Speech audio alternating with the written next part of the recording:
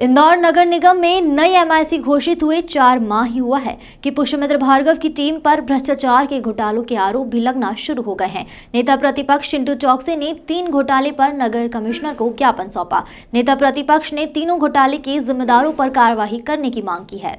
इंदौर नगर निगम के 3 माह के कार्यकाल में घोटाले के 3 नए मामले सामने आए हैं।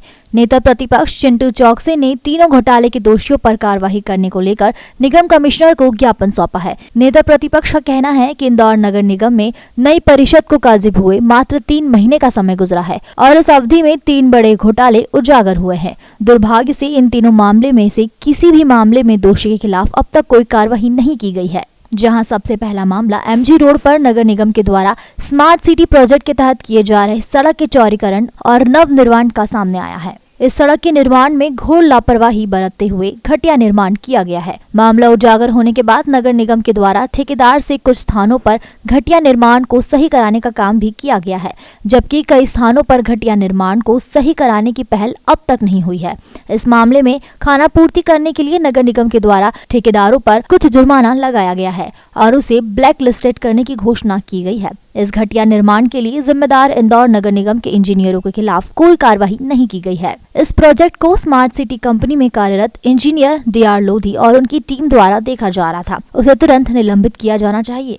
वहीं दूसरे घोटाले का मामला राजस्व विभाग से सामने आया। लोक अदालत के 3 राजस्व विभाग के सहायक राजस्व अधिकारियों और बिल कलेक्टर के द्वारा एकजुट होकर इस घोटाले को अंजाम दिया गया है, जिसके अंतर्गत लोगों को गलत तरीके से जुर्माना और अर्थदंड में छूट का फायदा देते हुए नगर निगम को राजस्व की हानि हुई है। इसके साथ ही संपत्ति कर के खातों में निर्मित क्षेत्र में फेरबदल किया गया था तथा संबंधित खातों का रेट जोन भी बदला गया था, जिसमें नगर निगम को राजस्व की हानि हुई। इस मामले में भी अब तक किसी दोषी पर कोई कार्रवाई नहीं की गई है। अलबत्ता यह तथ्य संज्ञान में आ रहे हैं कि इन दोषियों को उनके विभाग के ही अधिकारी का संरक्षण प्राप्त है। यह मामला भी शिकायत आने पर ही उजागर हुआ है। ऐसे में निश्चित तौर पर यह समझा जा सकता है कि इस विभाग के उपायुक्त की उनके विभाग पर कितनी अच्छी पकड़ है। वहीं तीसरे घोटाले का मामला भवन अनुज्ञा शाखा से सामने आया। इस मामले में आपके निर्देश पर 70 नक्शे निरस्त करने की कार्यवाही की गई है। इसके साथ ही 50 प्राइवेट इंजीनियरों को नोटिस जारी किए गए थे। इसमें सबसे ज्यादा दोषी वे इंजीनियर हैं जिनका कार्य भवन अनुज्ञा शाखा में बैठकर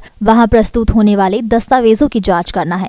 निश्चित तौर पर यह घोटाला इन 3 इंजीनियरों की सहभागिता के बगैर नहीं हो सकता। इसके साथ ही इस तरह के मामले पर नजर रखना भवन अनुज्ञा शाखा के मुख्यालय प्रभारी के रूप में अनुरूप गोयल की जिम्मेदारी है। उनके द्वारा भी अपनी जिम्मेदारी का निर्वहन बराबर नहीं किया गया है। ऐसे में उन्हें भी इस पूरे मामले में क्लीन चिट नहीं दिया जा सकता। यह दुर्भाग्य की बात है कि जिस व्यक्ति के मातहतों के द्वारा उनकी देखरेख में घोटाले को अंजाम दिया गया, उसी व्यक्ति को इस मामले की जांच सौंप दी गई। 8 अगस्त को परिषद की पहली विधिवत बैठक हुई थी, जिसमें सभापति का चयन हुआ। 8 अगस्त से सितंबर, अक्टूबर, नवंबर लगभग 3-3.5 महीने का समय नई परिषद को बने को विधिवत रूप से हो गए। लेकिन अगर हम 3.5 महीने के कार्यकाल की बात करें तो ये 3.5 महीने का कार्यकाल सिर्फ भ्रष्टाचार और भ्रष्टाचार की भेंट चढ़ते जा रहा है लगातार। सबसे पहला मसला था जिसे आप लोगों ने इलेक्ट्रॉनिक मीडिया के माध्यम से, प्रिंट मीडिया के माध्यम से बड़े लेवल पर उठाया कि स्मार्ट सिटी के तहत एमजी रोड पर जो काम चल रहा है उसकी गुणवत्ता को लेकर, उसकी थिकनेस को लेकर सारी बातें हुई। संबंधित अधिकारियों पे जांच करने की बात हुई, संबंधित ठेकेदारों को ब्लैक लिस्ट करने की बात हुई, लेकिन कुछ नहीं हुआ। ना तो ठेकेदार ब्लैक लिस्ट हुआ और ना संबंधित अधिकारी जो डीआर लोधी जी, उन पर कोई कार्रवाई हुई किसी प्रकार की। इसको मानना है कि इसमें सब लोगों की मिली भगत है। इसका मतलब ये, अगर कार्रवाई नहीं हो रही मतलब मिली भगत है। अभी लोक अदालत आई रिसेंटली, लोक अदालत में संबंधित यारोज ने या उनके नीचे क्लर्क्स ने या नगर निगम के कर्मचारियों ने नगर निगम को बड़े लेवल पर नुकसान पहुंचाने की कोशिश करी। 1.5 लाख के बिल को 50-50 हज़ार के 3 टुकड़े करें ताकि उनको 7% दंड ब्याज में छूट मिल जाए। और तीसरा मसला अभी रिसेंटली बहुत बड़ा मसला आया। ये कितना बड़ा मसला होगा हम इसकी कल्पना भी नहीं कर सकते कि नगर निगम कमिश्नर ने अभी 70 नक्शे निरस्त करे। वो काहे के लिए निरस्त करे कि मेरा घर है और संपत्ति कर की आईडी आपकी लगी हुई है। इस प्रकार के हमारे पास सारे दस्तावेज हैं। ये सारे दस्तावेज हमारे पास प्रूफ है कि जैसे कि ये राव की ये 1 2 3 4 5 6 ये 6 लोग हैं जिनके नाम की आईडी लगा के इन लोगों ने सारे नक्शे पास करे। 50 कंसल्टेंट शहर के जिनको नोटिस दिए गए। जैसे कि मैं आपको एक मसला बताता हूँ ये जबलपुर की आईडी है, ये वाली जबलपुर की आईडी है। और इसमें ये 4 नक्शे जोन वार्ड क्रमांक 15, वार्ड क्रमांक 50, वार्ड क्रमांक 80 और वार्ड क्रमांक 43 के पास हो गए। आईडी कहाँ, वो आईडी कहाँ की? जबलपुर की। नक्शे की आईडी कहाँ की है? उसकी संपत्ति कर की आईडी कहाँ की? जबलपुर की। इसी तरह से दूसरी आईडी है, ये जोन क्रमांक 14, वार्ड क्रमांक 79 और नक्शे पास हुए हैं वार्ड क्रमांक 34, वार्ड क्रमांक 76, वार्ड क्रमांक 76। इसी प्रकार से लगभग 70-75 मामले अभी, ये सारे दस्तावेज हम इसको विधिवत रूप से परिषद में भी उठाएंगे, प्रश्नकाल में भी लेंगे।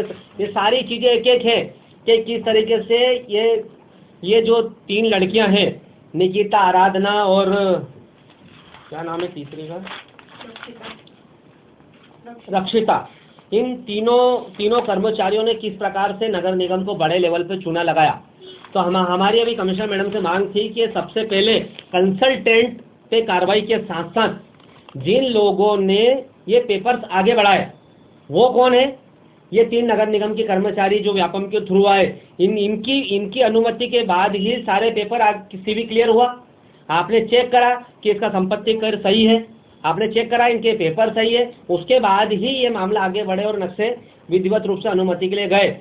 उसमें से कुछ नक्शे की तो पास भी हो गए, कुछ नक्शों की डीपीआर भी बन गई, कुछ नक्शों के लिए जो पैसे जमा करने की रसीद के नोटिस निकलता है वो रसीद भी निकल गई। नगर निगम में इतना बड़ा भ्रष्टाचार हो रहा है, भारतीय जनता पार्टी की सरकार है, तो भ्रष्टाचार और भारतीय जनता पार्टी का तो आपस में पूरा चोली दामन का साथ है। हमने भी कमिश्नर मैडम से मांग करी है कि इन 3 भ्रष्ट अधिकारियों कर्मचारियों को तुरंत से तुरंत इनको बर्खास्त किया जाए, इनके पदों से इनको हटाया जाए। अगर इनको वहाँ पे काम पे रख लिया तो इसका मतलब माना जाएगा कि इसमें नगर निगम के सारे लोग सम्मिलित हैं, भारतीय जनता पार्टी और पूरी परिषद और नगर निगम के जितने अधिकारी इसमें सम्मिलित है। तो हमारी तुरंत कार्रवाई की मांग है। अगर इसमें कार्रवाई नहीं हुई तो आने वाले समय में कांग्रेस पार्टी इसमें उग्र आंदोलन कर